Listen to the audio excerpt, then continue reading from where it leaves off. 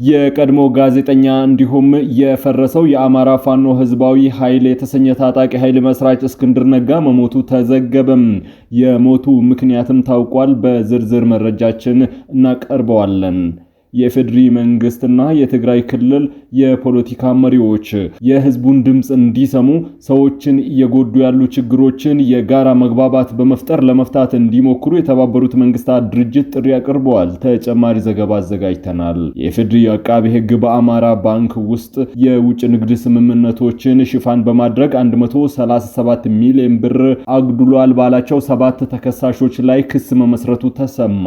ኢራን ከአሜሪካ ጋር የሚደረገው ጦርነት በተጀመረበት ወቅት በተካሄደ ወታደራዊ ዘመቻ ወቅት 2 ተዋጊ ጄቶች በአየር መከላከያ ከተመቱ በኋላ በኳታር የተያዙ 3 ፓይለቶች እንዲለቀቁ ጠየቀች። በውጭ የመረጃ ሰዓታችን ይቀርባል። ውድ ቤተሰቦቻችን በዕለቱ የመረጃ ሰዓታችን እነዚህንና ሌሎችንም ሀገር አቀፍ ቀጠናዊና ዓለም አቀፍ መረጃዎችን በዝርዝር ወደ እናንተ እናቀርባለን። ለቤቱ አዲስ የሆናችሁ ሰብስክራይብ በማድረግ የቤቱ አባል ትሆኑ ዘንድ ታላቅ ትህትና እንጋብዛለን። እስከ ፍጻሜው አብራችሁን ቆዩም። የኢትዮጵያ ፌዴራላዊ መንግስትና የትግራይ ክልል የፖለቲካ መሪዎች የህዝቡን ድምጽ እንዲሰሙና ሰዎችን እየጎዱ ያሉ ችግሮች የጋራ መግባባትን በመፍጠር ለመፍታት እንዲሞክሩ የተባበሩት መንግስታት ድርጅት ጥሪ ያቀረበ። የድርጅቱ የኢትዮጵያ ልዑክ የሰብአዊ ጉዳዮች አስተባባሪ አዞኒያ ኦጆሎ የህዝቡን ፍላጎት መሰረታዊ ህልውናቸውን ማስጠበቅና ጦርነት እንዳይባባስ መከላከል እንደሆነ አስታውቀዋል። ኃላፊው ጥሪውን ያቀረቡት በትግራይ ክልል የድሮን ጥቃቶችና ተደጋጋሚ ውጊያዎች እየተከሰቱ በሚገኙበት ወቅት ነው። ከትላንት በስቲያ ቅዳሜ በደቡባዊ ትግራይ ለጥቂት ሰዓታት የቆየው የተኩስ ልውውጥ እንደተከሰተ የዓይን እማኞች መናገራቸውን መዘገባችን ይታወሳል። ከዛ በፊት በአላማጣና አካባቢ እንዲሁም በሽራሮ የድሮን ጥቃቶች የተፈጸሙ ሲሆን ኢትዮጵያና ሱዳን በሚዋሰኑበት ሸረሪና በተባለ አካባቢም ውጊያ ተደርጓል። የተባበሩት መንግስታት ድርጅት ዋና ጸሐፊ አንቶኒዮ ጉተሬዥ ባለፈው መጋቢት በኢትዮጵያ የድርጅቱ አስተባባሪ አድርገው የሾሟቸው ናይጄሪያዊው አዞኒያ ኦጆሎ ግን ተፋላሚ ኃይሎች ወደ ድርድር መመለስ እንደሚገባቸው አሳስበዋል። የተለያዩ የሚራራቁ ሚና ያላቸውና የማይግባቡ ጉዳዮች በድርድር ጠረጴዛ ዙሪያ ሊፈቱ ይችላሉ ያሉት ኃላፊው የትግራይ ህዝብ ስጋት ሳይሰማው በመደበኛ የኢኮኖሚ እንቅስቃሴ እንዲሳተፍ፣ ወደ መደበኛ ህይወቱ እንዲመለስ የፖለቲካ ተዋንያን ጦርነት ከመስበቅ ሊታቀቡ እንደሚገባ አሳስበዋል። በትግራይ ክልል 148 ቀበሌዎች እስካሁን የዝናብ ጠብታ እንዳላዩ የገለጹት የተባበሩት መንግስታት ድርጅት የኢትዮጵያ ልዑክ የሰብአዊ ጉዳዮች አስተባባሪ በኤሊኖ በተሰኘው ድርቅ በክልሉ እና በመላ ሀገሪቱ ከባድ የምግብ ዋስትና እጦት እየፈጠረ እንደሚገኝ አስጠንቅቀዋል።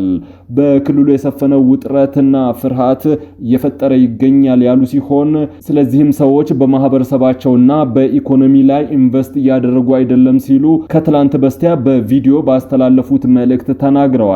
ወደ ትግራይ ክልል ተጉዘው ከበርካታ ባለድርሻ አካላት ጋር ሲነጋገሩ ህዝቡ ጦርነት እንደማይፈልግ በተደጋጋሚ መስማታቸውን የገለጹት ኃላፊው ውጥረቱ እንዲረግብ የፖለቲካ ተዋንያን ልዩነታቸውን ለመፍታት የጋራ መግባባት ላይ እንዲደርሱ ይፈለጋልም ብለዋል። ግብጽ ኢትዮጵያ በአባይ ወንዝ ላይ የተሳሰተ ፍላጎት አላት ስትል አዲስ ክስ ሰነዘረች። በኢትዮጵያና በግብጽ መካከል በአባይ ወንዝ የውሃ አጠቃቀምና በታላቁ የኢትዮጵያ ህዳሴ ግድብ ዙሪያ ያለው ዲፕሎማሲያዊ ውጥረት ዳግም ማየሉን የሚያመላክቱ መረጃዎች እየወጡ ነው። አልአረቢያ ያስነበበው ዘገባ እንደሚያመላክተው አንድ ስማቸው ያልተጠቀሰ ከፍተኛ የግብጽ ባለስልጣን ኢትዮጵያ በወንዙ ላይ የነበረውን ነባር እውነታ በኃይል ለመጫንና አዲስ አካሄድ ለመከተል የምታደርገውን ፍላጎት ግብጽ ሙሉ በሙሉ አትቀበልም ሲሉ ጠንከራ ለመግለጫ ሰጥተዋል። ባለስልጣኑ አክለውም ኢትዮጵያ በቅርቡ የወጡ መግለጫዎች ወንዙን ለልማትና ለኤሌክትሪክ ኃይል ማመንጫ ብቻ እንደምትጠቀም የሚለውን የቀደመው ሙግት የሚያፈርሱ ናቸው ሲሉ የከሰሱ ሲሆን ይህም አዲስ አካሄድ ሀገሪቱ ወንዙን ሙሉ በሙሉ የመቆጣጠር እቅድ እንዳላት የሚያሳይና ከዓለም አቀፉ የድንበር ተሻጋሪ ወንዞች ህግጋት ጋር የሚያጋጭ ድርጊት ነው ሲሉ ተችተውታል። ይህ በእንዲህ እንዳለ ከግብጽ በኩል ለተሰነዘረው ለዚህ ወቀሳ በኢትዮጵያ ወገን የተሰጠ ይፋዊ ምላሽ ባይኖርም የጂኦፖለቲካው ተንታኞችና የቅርብ ምንጮች ኢትዮጵያ ጠንከራ አቋም ልታንጸባርቅ እንደምትችል እየገለጹ ይገኛሉ። አንድ ምንጭ እንደገለጹት ኢትዮጵያ ዓለም አቀፍ ሕግ የሚፈቅደውን የባህር በር የማግኘት መብትን እኛ ብቻ እንቆጣጠረዋለን የምትሉ ከሆነ እኛም በወንዛችን ላይ ያለንን የተፈጥሮ መብት መጠቀም አባይን የመቆጣጠር መብት እናስከብራለን የሚል ጥያቄ ልታነሳ እንደምትችል ይጠበቃል ብለዋል። ይህ አዲስ የቃላት ልውውጥ በሁለቱ ሀገራት መካከል በአባይ ወንዝ በምስራቅ አፍሪካና ቀጠናው እንዲሁም የጂኦፖለቲካ ውጥረት ላይ አዲስ ምዕራፍን ሊከፍት እንደሚችል የቀጠናው የዲፕሎማሲ ግንኙነት የበለጠ እንደሚያወሳስበው ነው የተዘገበው።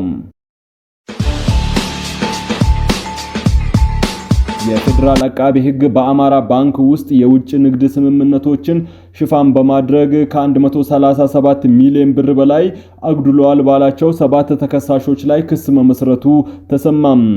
አዲስ ፎርቹን እንግሊዘኛው ጋዜጣ እንደዘገበው ከተከሳሾቹ መካከል 5ቱ የቀድሞ የባንኩ ከፍተኛ የሥራ ኃላፊዎች ሲሆኑ የቀረበባቸው ክስም ስልጣንን ያለ አግባብ መጠቀም ከባድ ሙስና ወንጀል መሆኑን ገልጿል። ጉዳዩ በፌዴራል ከፍተኛ ፍርድ ቤት 5ኛ ጸረ ሙስና ችሎት እየታየ ይገኛል። በክስ መዝገቡ ላይ ስማቸው ከተጠቀሱት የባንኩ ከፍተኛ ኃላፊዎች መካከል የቀድሞ ጊዜያዊ ስራ አስፈጻሚ ጫናለው ደምሴም፣ የኮርፖሬት ባንኪንግ ዳይሬክተሩ ቡዛየው ሰብስቤ እንዲሁም የባንኪንግ ቢዝነስ ዋና ኦፊሰሩ ቡዛየው ስዩም፣ የኦፕሬሽን ማኔጀሩ ምትኩ ታረቀኝና የኢንተርናሽናል ባንኪንግ ዳይሬክተር ሌላ ዓለም ጌታቸው ይገኙበታል።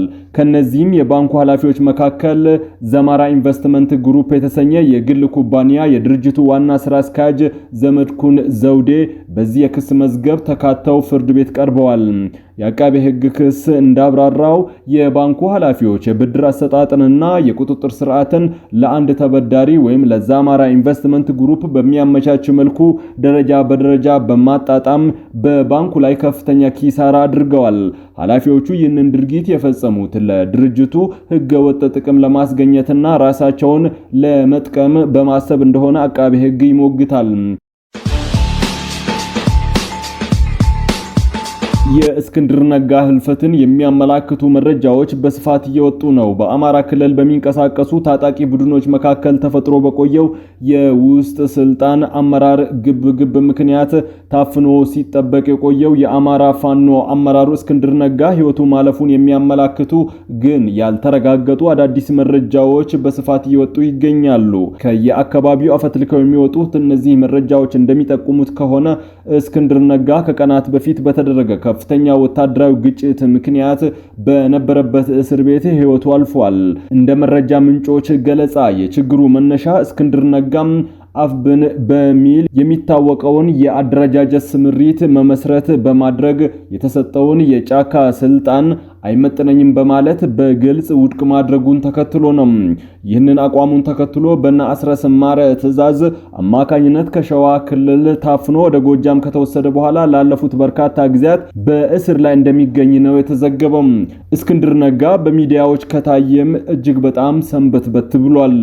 ህልፈቱን በተመለከተ የወጡ መረጃዎች እንደሚያስረዱት እስክንድር ነጋ በጎጃም አጋው ምድር ጫካ በተለያዩ አካባቢዎች ታስሮ በጥበቃ ላይ በነበረበት ወቅት የመከላከያ ሰራዊቱ በአካባቢው ከሚንቀሳቀሱ የፋኖ ታጣቂዎች ጋር ባደረገው የከረረ ውጊያ ምክንያት ህይወቱ ሊያልፍ ችሏል። በውጊያው ወቅት እሱን ሲጠብቁ የነበሩ የፋኖ ታጣቂዎች ሙሉ በሙሉ እንደተገደሉ የተገለጸ ሲሆን እስክንድርም ከዚህ ቀደም በዋሻው ክልል ተመሳሳይ ዕጣ ፈንታ ከገጠመው ተስፋዬ መካሻ ጋር በተመሳሳይ ሁኔታ በታሰረበት ቦታ መሞቱ ተጠቅሷል። በሌላ በኩል እስክንድርን አፍነው ሲጠብቁት የነበሩት እነዚህ አስረስ ማረና አብሯቸው ያሉት አካላት የዜናውን መውጣት ለመሸሸግና መረጃውን ለማፈን ከፍተኛ ጥረት እያደረጉ እንደሚገኙ እየተነገረ ነው። ቡድኑ የደረሰበትን የውስጥ ውጥረት ለማቅለልና የህዝብን ትኩረት ለማሳጣት ሲል ትንሽ ቆይቶ እስክንድር ነጋን በድሮን ጥቃት እንደተገደለ የሚገልጽ ኦፊሴላዊ መግለጫ ለመስጠት በውስጥ በኩል ዝግጅት እያደረገ እንደሚገኝ ከቅርብ ምንጮች የተገኘው መረጃ ያመላክታል።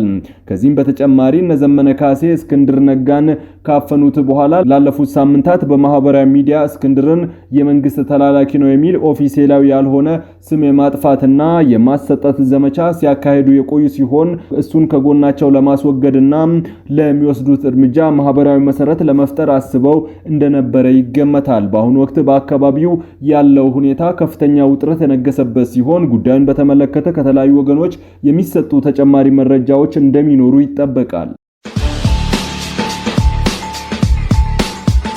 ኢራን ከአሜሪካ ጋር የሚደረገው ጦርነት በተጀመረበት ወቅት በተካሄደ ወታደራዊ ዘመቻ 2 ተዋጊ ጄቶች በአየር መከላከያ ከተመታ በኋላ በኳታር የተያዙ 3 ፓይለቶች እንዲለቀቁ ጠየቀች። አብራሪዎቹ አጃድ ሳሊድ እንዲሁም አብዱል መጂድ ዳሽቲያን እና ኢምራን ቢህሮሺያን ላለፉት 6 ወራት ተይዘው መቆየታቸውን ኢራን ለዓለም አቀፉ የቀይ መስቀል ኮሚቴ ኃላፊ በጻፈችው ደብዳቤ አስታውቃለች። ደብዳቤውን የላኩት የኢራን ብርጋዴር ጀነራል መሐመድ ባጋሪዝ እንደገለጹት በየካቲት መጨረሻ ጦርነቱ በተጀመረበት 3ኛው ቀን በተደረገው ዘመቻ የተገደለው 4ኛው ፓይለት ማጂድ ካሚዝ አስክሬን ወደ ሀገሩ ተመልሷል። ጥያቄው የቀረበላት ኳታር የኢራንን ገለጻ ሙሉ በሙሉ ውድቅ አድርጋለች። በእነዚህ አሳሳች መግለጫዎች እንደተገረመችም ተናግራለች። የኢራኑ ጀነራል መሐመድ ባጋርዚን እንደሚናገሩት 3ቱ አብራሪዎች በኳታር የተያዙት በሀገሪቱ የሚገኝ የጦር ሰፈርን ኢላማ ባደረገው ውጊያ ተልዕኮ ወቅት ከተመቱ ጄቶች ተመንጥቀው ከወጡ በኋላ ነው። ዓለም አቀፉ የቀይ መስቀል ኮሚቴ ኃላፊ ሚሪያን ስፒሪሽን የተጻፈውንና በኢራን መገናኛ ብዙሃን የወጣውን ዘገባም ኳታር ከሁሉም ዓለም አቀፍ ሕጎችና ደንቦች በተቃራኒ ሁኔታ እነዚህ እስረኞች የማይገፈፉ መብቶችን እንደጣሰች በማንሳት ይከሳል። 3ቱ አብራሪዎች ቤተሰቦቻቸውን እንዲያገኙ ወይም እንዲያነጋግሩ እንዳልተፈቀደላቸው ደብዳቤው ጠቅሷል። የኳታር የውጭ ጉዳይ ሚኒስትር ቃል አቀባይ ማጂድ መሐመድ አልሳንሪ ግን በወቅቱ የኳታር አየር ክልል ውስጥ ከገቡ በኋላ ከአብራሪዎቹ ጋር ግንኙነት ለመፍጠር ቢሞከርም ምላሽ አለመገኘቱን ገልጸዋል። ቃል አቀባዩ በኤክስ ገጻቸው ባሰፈሩት ጽሑፍ በዓለም አቀፍ ሕግ መሰረት ግዛታቸውን ለመከላከል አስፈላጊ እርምጃ ተወስደዋል ብለዋል። ክቡራትና ክቡራን በመጨረሻም የዕለቱን የውጭ ሀገር ገንዘቦችን ዕለታዊ የምንዛሬ ዋጋ ወደ እናንተ አቅርበን የዕለቱን ፕሮግራማችንን የምናጠቃልል ይሆናል። ዛሬ በዳሽን ባንክ አንድ የአሜሪካን ዶላር 159 ብር እየተመነዘረ ነው። የአውሮፓ ዩሮ 186 ብር ከ9 ሳንቲም፣ ፓውንድ ስተርሊንግ 204 ብር ከ4 ሳንቲም፣ የስዊስ ፍራንክ 214 ብር ከ4 ሳንቲም እንዲሁም ድርሃም 46 ብር ከ1 ሳንቲም፣ ሪያል 45 ብር ከ1 ሳንቲም ይመነዘራል። በአቢሲኒያ ባንክ አንድ የአሜሪካን ዶላር 159 ብር ከ4 ሳንቲም፣ ፓውንድ ስተርሊንግ 212 ብር ከ1 ሳንቲም፣ ዩሮ 186 ብር ከ3 ሳንቲም፣ የስዊዝ ፍራንክ 196 ብር ከ6 ሳንቲም፣ ድርሃም 44 ብር ከ7 ሳንቲም፣ የቻይና ዩዋን 23 ብር ከ4 ሳንቲም ይመነዘራል። በህብረት ባንክ አንድ የአሜሪካን ዶላር 160 ብር ከ4 ሳንቲም፣ ፓውንድ ስተርሊንግ 212 ብር ከ9 ሳንቲም፣ የአውሮፓ ዩሮ 187 ብር ከ9 ሳንቲም፣ የስዊዝ ፍራንክ 196 ብር ከ6 ሳንቲም እየተመነዘረ ነው። ውድ ቤተሰቦቻችን የዕለቱ የመረጃ ሰዓታችን በዚህ አብቅቷል። ሰላም።